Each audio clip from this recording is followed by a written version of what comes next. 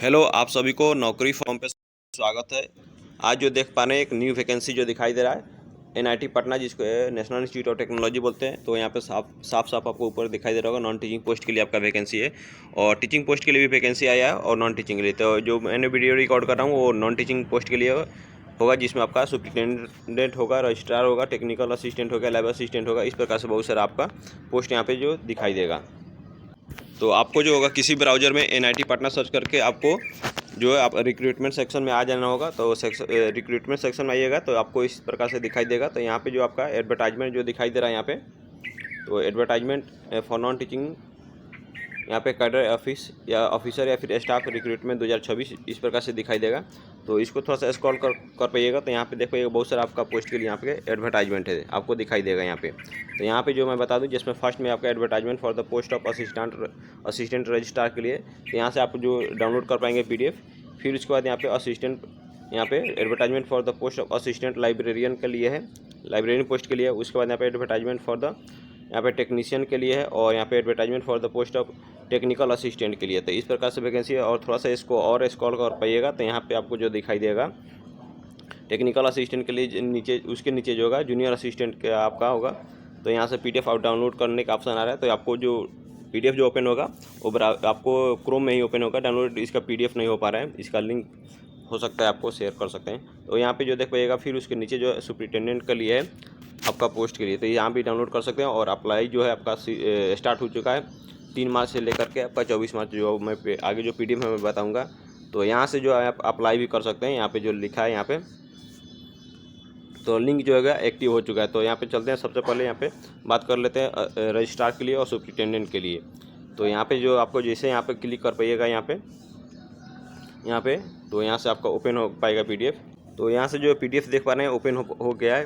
तो यहाँ पे जो आपका, यहाँ पे जो जैसे इसको स्क्रॉल पाइएगा तो एडवर्टाइजमेंट यहाँ पे दिखाई देगा। यहाँ पे एडवर्टाइजमेंट हो गया। उसके बाद यहाँ पे इसका सुपरिटेंडेंट पोस्ट के लिए मैंने ओपन किया है। उसके बाद पोस्ट 2 ही पोस्ट है और जो दोनों पोस्ट कैची में UR कैटेगरी में, अनरिजर्व कैटेगरी में, किसी भी कैटेगरी का है आप तो अप्लाई कर सकते हैं। अनरिजर्व मतलब तो किसी भी कैटेगरी से आप अप्लाई कर सकते हैं। और ये आपका पे लेवल जो देख पा रहे हैं लेवल 6 का होगा और 7 CPC के अकॉर्डिंग जो होगा 93,000 से लेकर के, सॉरी यहाँ पे 9300 से लेकर 34,34,800 है। उसके बाद पे लेवल जो देख पाइएगा 4200 का है।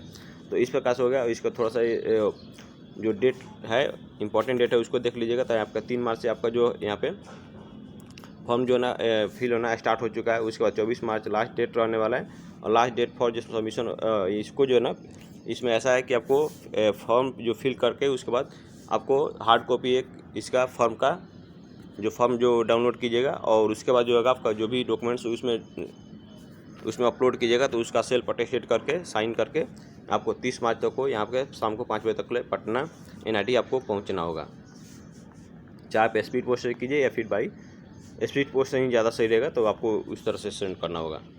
अब इसमें जो है इंपॉर्टेंट जो है आपका रिक्रूटमेंट रूल्स 2019 के अकॉर्डिंग इन्होंने रिक्रूट करेंगे। तो यहाँ पे आपको जो यहाँ पे पोस्ट के नाम देख ही रहे हैं, सुपरिटेंडेंट का है 2 पोस्ट है। उसके बाद ग्रुप B का आपका जॉब होगा। उसके बाद ऑफिशियली बता ही दिया हूँ। उसके बाद यहाँ पे वेदर सिलेक्शन पोस्ट और नॉन सिलेक्शन पोस्ट में, तो यहाँ पे नॉट अप्लीकेबल यहाँ पे इन्होंने लिखा है। और यहाँ पे जो देख पाइएगा उसके बाद आपका एज लिमिट कितना रहने वाला है। तो एज लिमिट जो आपका होने वाला है आपका 30 ईयर्स से ज़्यादा नहीं होना चाहिए। और आपका जैसे कि जानते हैं आपका जो भी पोस्ट है सब आपका UR के लिए। तो इसमें आपको किसी भी कैटेगरी में तो आपको रिलैक्सेशन नहीं मिलेगा। बट जो डिपार्टमेंट में है NIT में पहले से जो NIT पटना में जो किसी भी पोस्ट पे कार्यरत हैं, कार्य कर रहे हैं, तो उनके लिए यहाँ पे 5 ईयर्स का आपको रिलैक्सेशन मिल जाएगा। और यहाँ पे क्वालिफिकेशन देख लेते हैं। तो क्वालिफिकेशन में जो देख पाइएगा यहाँ पे सिंपल मांगा गया है। यहाँ पे या तो बैचलर होना चाहिए, तो बैचलर होना चाहिए तो फर्स्ट क्लास में होना चाहिए।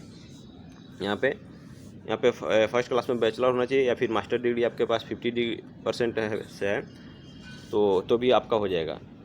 मास्टर डिग्री में से कोई एक होना चाहिए। उसके बाद जो देख पाइएगा आपके यहाँ पे कंप्यूटर नॉलेज का इन्होंने बात कर रहा है कि कंप्यूटर नॉलेज आपके पास होना चाहिए। और यहाँ पे मेनली आपका जो कंप्यूटर एप्लीकेशन जो वर्ड प्रोसेसिंग होता है वो भी होना चाहिए। और टैली वैली जो होता है उसको आपका या ऑफिस जो होता है उसको ऑपरेट करने आना चाहिए। उसके बाद डिजायरेबल में मतलब कि ऐच्छिक है आपका योग्यता में जो देख पाइएगा टैली यहाँ पे मांग रखा है। यहाँ पे यदि आप टैली पे काम करते हैं तो ज़्यादा आपको प्रेफरेंसेस आपको वेटेज मिलेगा।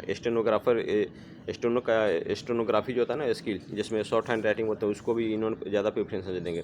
ये आपका डिजायरेबल है। यदि आपके पास नहीं भी है फिर भी ऊपर वाला जो आपका एसेंशियल क्वालिफिकेशन जिसको आप अनिवार्य शैक्षणिक योग्यता है इसमें से कोई मिल रहा है तो आप अप्लाई कर सकते हैं। सिंपल आपका ग्रेजुएशन और मास्टर डिग्री के आधार पर आप कर सकते हैं। और इसके बाद एक कंप्यूटर आपके पास होना चाहिए, डिग्री होना चाहिए। तो इस प्रकार से जो इसमें है और इम्पॉर्टेंट है। और उसके बाद चलते हैं इसके असिस्टेंट रजिस्ट्रार, जो कि अच्छा पोस्ट है, वहाँ पे उसका पहले ये बात कर लेते हैं।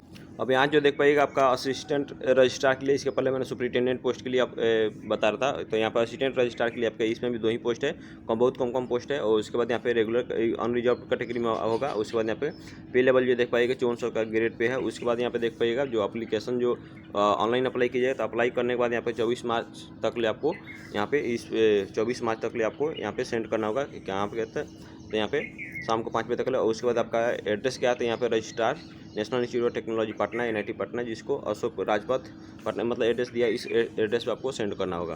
तो अब इसको चलते हैं फिर सेम डेट रहने वाला। अब इसकी इंपॉर्टेंट जो डेट है उसको बात कर लेते हैं। तो यहाँ पे जो जैसे स्क्रॉल कर पाइएगा तो यहाँ पे आपको यहाँ पे पूरा जो है डिटेल्स आपको सामने आएगा। तो यहाँ पे जो देख पाइएगा ऊपर सबसे Annex 01 में जो है यहाँ पे असिस्टेंट रजिस्ट्रार के लिए 2 पोस्ट है, ग्रुप A का पोस्ट होगा। यहाँ पे इस प्रकार से इन्होंने सैलरी दे रखा है। और इसके बाद आपका 5 साल जैसे इन्होंने बोला कि 5 साल जैसे आप काम कर पाइएगा तो 5 साल के बाद आपको ग्रेड पे 5400 से कितना हो जाएगा, 6600 हो जाएगा, हायर जो ग्रेड पे होता है। उसके बाद यहाँ पे सिलेक्शन है, सिलेक्शन पोस्ट है, नॉन सिलेक्शन, तो इसमें डिक्लेयर कर दिया कि सिलेक्शन पोस्ट है। उसके बाद एज लिमिट यहाँ पे 35 ईयर्स से ज़्यादा नहीं होना चाहिए। जो लोग डिपार्टमेंट में होंगे उन्हीं को 5 साल के लिए रिलैक्सेशन मिल जाएगा, सेम इसमें है। और उसके बाद एसेंशियल क्वालिफिकेशन क्या है, एसेंशियल क्वालिफिकेशन यानी आपका अनिवार्य शैक्षणिक योग्यता में आपका मास्टर डिग्री देख पाइएगा 55% मार्क्स के साथ होना चाहिए, या फिर आपका employ service superintendent grade A पे आपको कार्यरत होना चाहिए। और जिस समय कि पहले बताया सुपरिटेंडेंट के लिए, तो यहाँ पर और यह का शैक्षिक अनिवार्य, उसके नीचे जो देख पाइएगा डिजायरेबल, जिसको डिजायरेबल यानी ऐच्छिक योग्यता में मांग रहे हैं, qualification in area of management आपके पास है, या फिर इंजीनियरिंग या लॉ, तो इसमें ज़्यादा आपको प्रेफरेंसेज होगा। बट मैं बार बार बोलता हूँ यदि आपके पास डिजायरेबल नहीं है, सिर्फ एसेंशियल क्वालिफिकेशन, उस पर भी आपको फॉर्म अप्लाई करना चाहिए। बहुत बार होता है कि कम सीट देख करके लोग अप्लाई नहीं करता है, तो क्या पता कहीं आपको चांस मिल जाए, तो इसलिए जो है मौका जो है छोड़ना नहीं चाहिए। तो अब चलते हैं डायरेक्ट फॉर्म को अप्लाई कैसे कर पाइएगा वहाँ से मैं बताता हूँ। अब जो यहाँ पे अप्लाई सेक्शन पे आप क्लिक करके अप्लाई कीजिएगा तो आपके सामने इस प्रकार से जैसे ओपन कीजिएगा तो आपके सामने इस प्रकार से इंटरफेस ओपन होगा। तो इसको थोड़ा सा स्क्रॉल कर पाइएगा तो यहाँ पे इस प्रकार से इन्होंने यहाँ पे कुछ इस प्रकार से दिया है। और यहाँ पे क्लिक हियर टू लॉगिन, यहाँ पे सबसे पहले आपको क्या करना होगा, तो लॉगिन करना होगा। तो लॉगिन करने के लिए यहाँ पे क्या कीजिएगा, यहाँ पे क्लिक कीजिएगा, उसके बाद अप्लाई नाउ पे यहाँ पे सब क्लिक हियर टू लॉगिन कीजिएगा। लॉगिन करने के बाद आपके पास कुछ रजिस्ट्रेशन करना होगा फर्स्ट में, उसके बाद अप्लाई होगा। तो इस प्रकार से जो यहाँ पे अप्लाई कर पाएंगे। तो इसके पहले यहाँ पे SOP जो दिया है, तो यहाँ पे SOP में इन्होंने बताया कि कैसे कैसे आपका स्टेप किस स्टेप में आपको अप्लाई करना होगा। तो यहाँ पे से आप देख सकते हैं, तो देख पा रहे हैं यहाँ पे SOP पे क्लिक कर पाइएगा तो इस प्रकार से इंटरफेस होगा। तो यहाँ पे ऑनलाइन रिक्रूटमेंट पोर्टल है, इस प्रकार से आपका मतलब ओपन हो पाएगा। तो इसमें सबसे पहले यहाँ पे लॉगिन पेज होगा, तो इस पे इस तरह से लॉगिन करना होगा। उसके बाद आफ्टर सक्सेसफुल लॉगिन करने के बाद एप्लीकेशन फॉर्म चेकलिस्ट पे आएगा। तो इस प्रकार से आपको चेकलिस्ट करना होगा, आपको जिसमें क्या क्या लगने वाला देख पाइएगा। यहाँ पर्सनल डिटेल्स हो गया, एजुकेशनल क्वालिफिकेशन का, वर्क एक्सपीरियंस हो गया यदि है तो, या फिर अप्लीकांट फोटो है, अप्लीकांट सिग्नेचर है, फी पेमेंट करना होगा। उसके बाद फाइनल सबमिट एप्लीकेशन, इसी स्टेप में आपका जो फॉर्म जो अप्लाई होगा उसको यहाँ पे इन्होंने डिटेल्स में भी दिया कि पर्सनल डिटेल्स में आपको क्या क्या अप्लाई करना होगा, फिल करना होगा। उसके बाद यहाँ पे एजुकेशनल क्वालिफिकेशन आएगा और फिल एक्सपीरियंस डिटेल्स। इस प्रकार से आपके सामने जो इंटरफेस होगा, इसी को यही फॉर्म जो है अप्लाई करना होता है। सबसे पहले यहाँ पे देख लीजिए आपको क्या क्या लगने वाला है, तो इसमें आपको पता चल जाएगा यहाँ पे, इसलिए मैंने आपको ओपन किया SOP, और ज़रूरी भी है आपका। तो इस वीडियो में इतना ही बताना था। थैंक यू, धन्यवाद। यदि आप चैनल पर नए हैं तो चैनल को जरूर सब्सक्राइब कीजिएगा, लाइक कीजिएगा।